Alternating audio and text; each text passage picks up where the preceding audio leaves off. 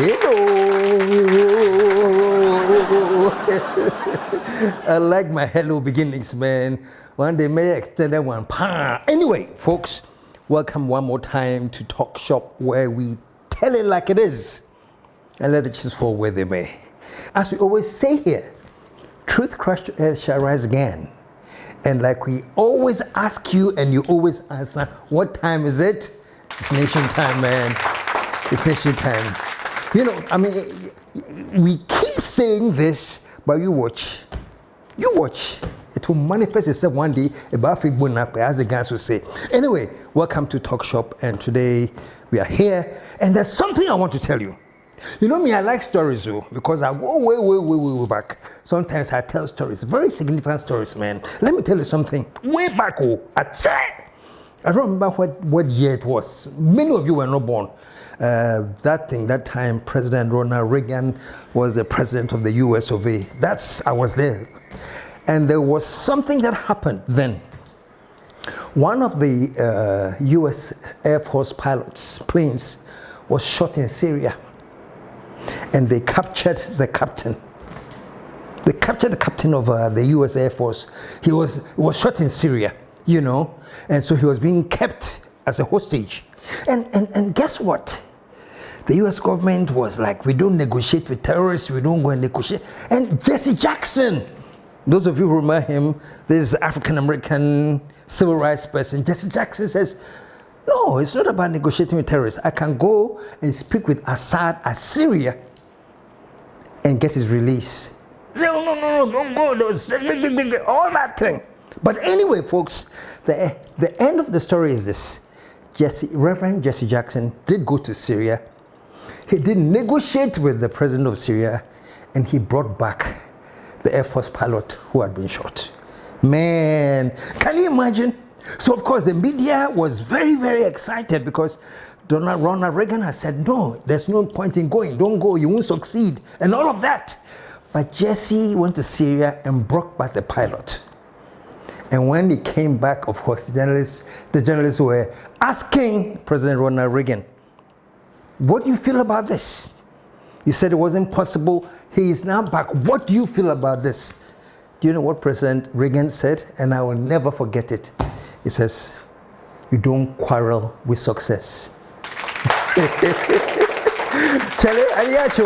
still remember, I said, you don't quarrel with success. He said he was going to do the thing. Why, yeah? What am I going to say again? And why am I talking so much plenty? Plenty. Why? Because there's something happening in our politics. And I guess it's because of the bipartisan nature of our politics. We blatantly quarrel with success. When you're again, you can see that this thing's successful, just admit it. Or at best, don't say anything. But you can't quarrel with success. Let me ask you a few things. Do you think that if Nana Addo had been able to make Accra the cleanest city in Africa? Last year, I reiterated before you my pledge of improving sanitation in the country and making Accra the cleanest city in Africa by the end of my term. Who could have quarreled with them? And Accra is the cleanest city in Africa. And you can see it. You can't quarrel with success. Do you think right about now, if there was a sky train moving up and down our skies,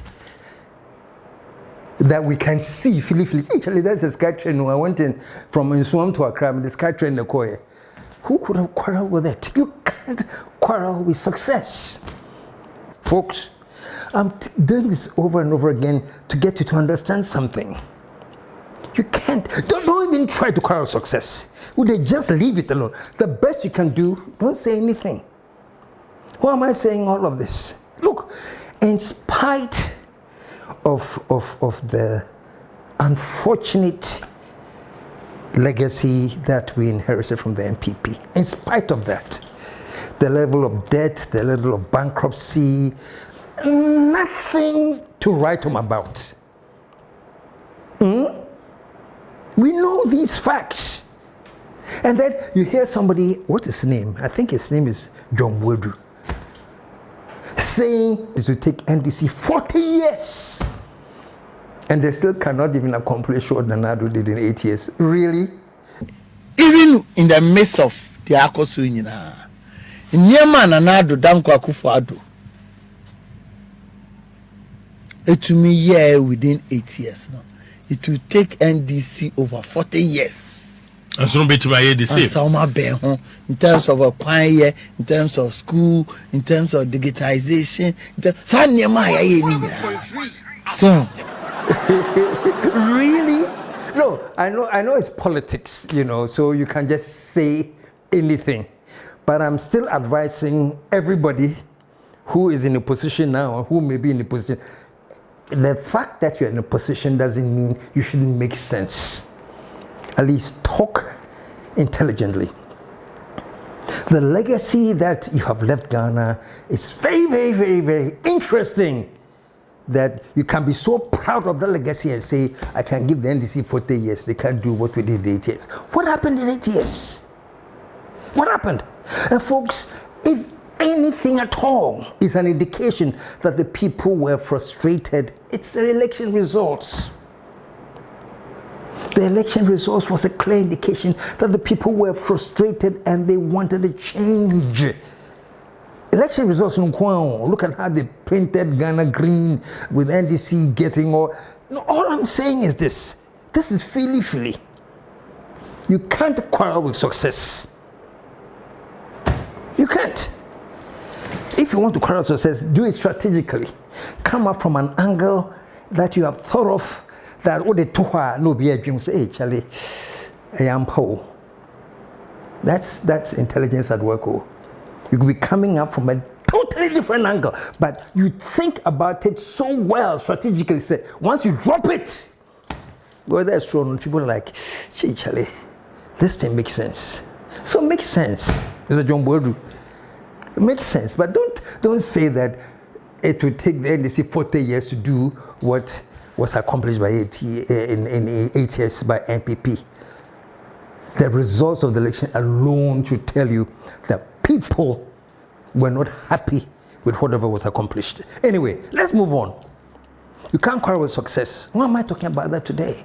Folks, you know, let me tell you something that I have really admired about the current finance minister, Ato Forson, and the governor of the Bank of Ghana, the Siama. Let me tell you something I've admired about them. Very quietly. Very quietly, no noise, no fuss. Very quietly, I hear the two of them are meeting on a daily basis, thinking of strategy, how to build back the currency. The Cedi depreciated to an extent. At one point, it was exchanging for over 17 cedis for the dollar. 170 for the dollar. Now, Ato Forson, the Bank of Ghana, are putting structures in place. And the Cedi that was at 17 once upon a time has shrunk down. Today, as I talk to you folks, it's around 1273. And this is what I'm saying. Oh, this is success. You can't quarrel with it. You can't quarrel with the fact that in 4 months, Mahama and his administration have been able to get the Cedi appreciate to a point where it is now selling at 1273. There was 17. Can you quarrel with that? Why do you even bother to quarrel with that? You know, and what's that? My good nephew, Afenyomakin, come again.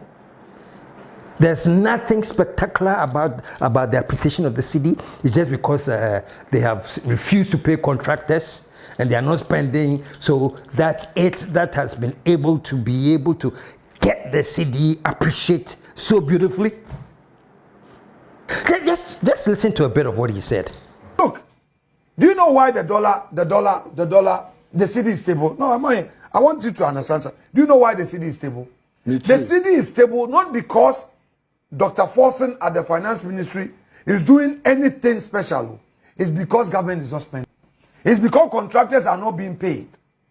It's because there's no liquid in the circulating in the economy. So folks, I'm trying to understand the logic here. You know, under the NPP for 8 years, the government was not paying contractors either. It's on record. However, during that time, the cedi was depreciating. Okay, Yachi. Now, the cedi is appreciating. And if the claim is that it's because the government is not paying contractors, then why that difference? And if the argument is that the cedi is appreciating because the government is not paying contractors, how come it was depreciating when contractors were not being paid? This will let you understand that the other forces, other factors are at work here. It's not simply singling out the payment of contractors as the issue, but there's a combination of factors, a combination of certain structures and policy directions that have been put in place. That is what is making the difference. That is why the cedi is appreciating. One of the first reasons that the cedi is appreciating is this renegotiation with the IMF. You know, we had this external debt thing that we're not paying, and it was almost throwing the country and the economy out of whack. Now, some kind of discussion has been taking place. So, some element of progress has been made in the front of the IMF negotiation. That is adding to the appreciation. The appreciation is because of the discussions that are going on in the front of the IMF program. The second thing is that the BOG is coming up with a very tight monetary and fiscal policy. Very, very tight. Spending is being watched, has not been stopped, and priorities have been developed and are being enforced. And the third is that there's been a lot of foreign exchange market reforms. Reforms are now under place. And the fourth is that there have been improvements in our balance of payments. Go and check it out. There has been consistency and some improvements in our balance of payments. And folks, the fifth is there have been significant inflows from gold and cocoa remittances. There have been significant inflows. And of course, that is adding to the cedi appreciating. And of course, let's not forget that the lower prices of oil on the world market is also, you know. So all I'm saying is this. These things are there and they show success. You can't quarrel with success. You can't just decide, say, because of one reason. Do you know why the cedi is stable? The cedi is stable not because Dr. Forson at the finance ministry is doing anything special. It's because government is not spending. It's because contractors are not being paid. It's because there's no liquid in the circulating in the economy. All I'm trying to suggest is that there are a number of factors going into the planning and why the cedi is appreciating. And these things, good. I mean, this is what I said in the beginning. The cedi has appreciated, and I want to talk to every single businessman in Ghana. My own nephew, Afenyo, you're a businessman yourself.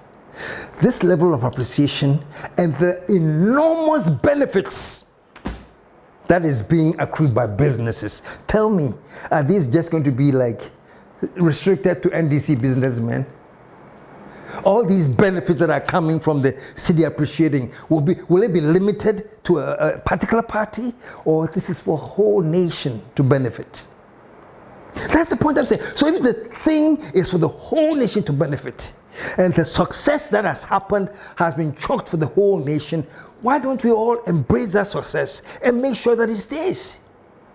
Even if there's something one-to-one to be that you think has not been done, bring ideas.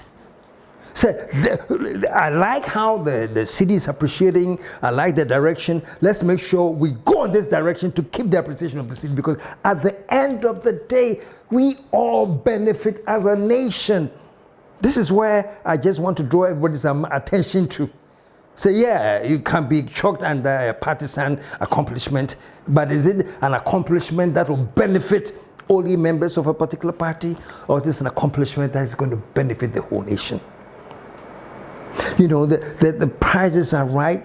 It will definitely lead to not only, remember last week what I said? I said inflation means the rate at which prices are rising. So we are all dealing with inflation. It means the prices are going up, but they are not going up fast. They are going slow or they are going fast. Inflation is just the rate at which it is rising. But I'm telling you this, folks, if it gets to a point where it is actually not that it is not rising fast, though, it is actually dropping. That is called deflation. That is called deflation. In some instances, we have experienced deflation with certain prices. And this is not deflation that is benefiting only a particular party. Say actually, deflation who affect you. Come on, folks. This is benefiting the whole nation. So stop quarreling with success. Stop quarreling with success. If the thing is there and you can see it, it is there. You know, I think the only difference is this. I see Tuforsen and the governor of Bank. I hear they meet every now and every night. Some posts, they are always in meetings in how to develop structures and policies that will go towards the city appreciating. And we are seeing the results. You know, unlike, you know, I remember when Bawumia announced the comic team, they lined up the whole, it was like a celebrity list. What a team.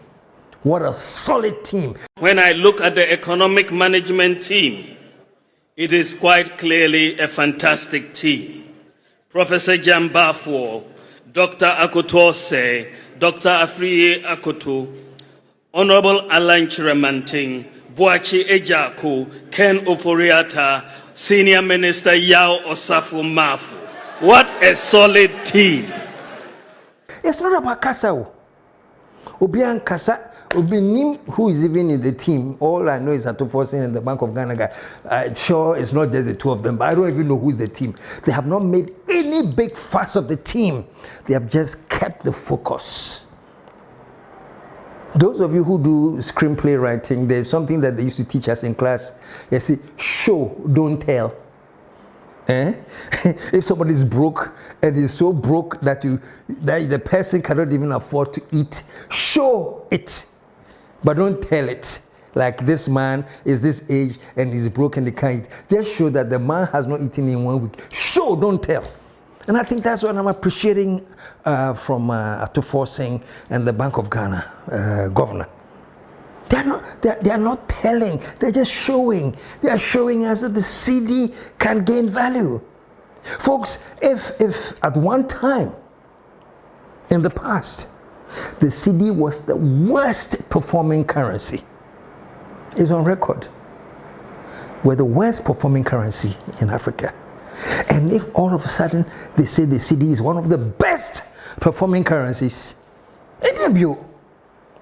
you cannot quarrel with success.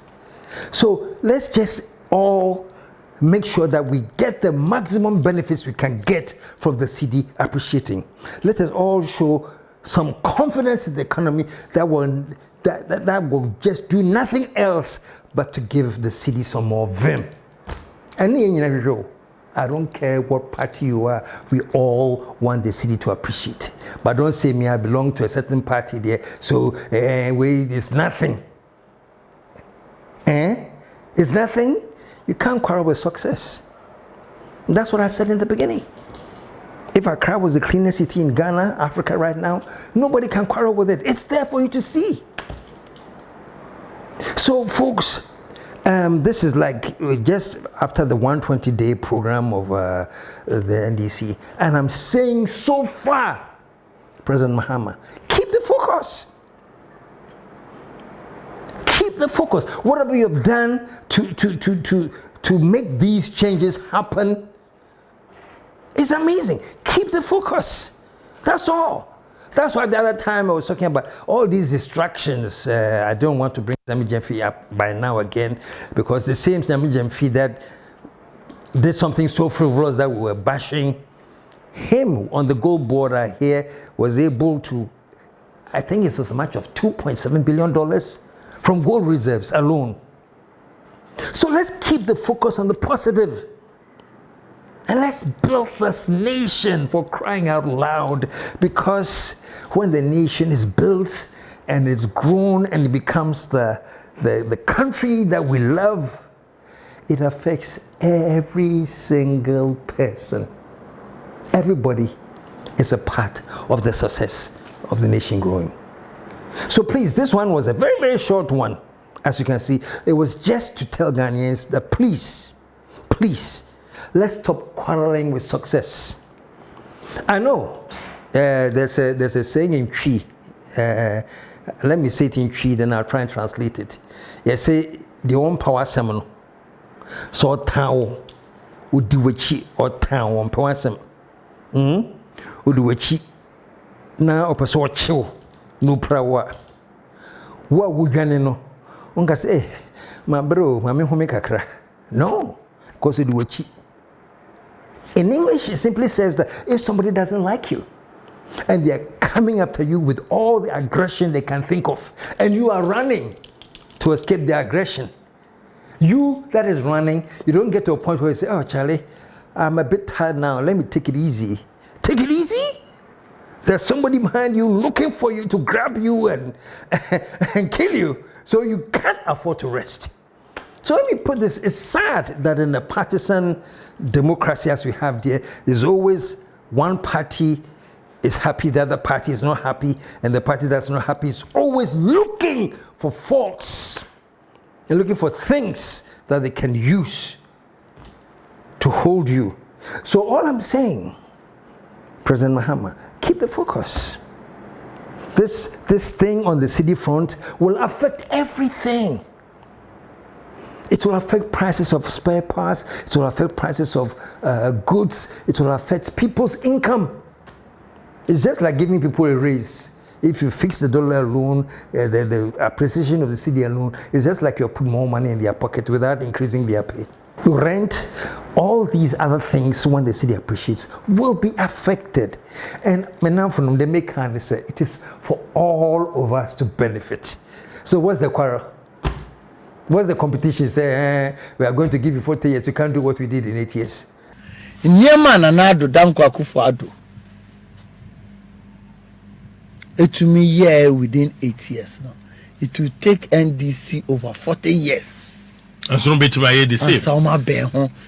When in the first 120 days, the Cedi is appreciating.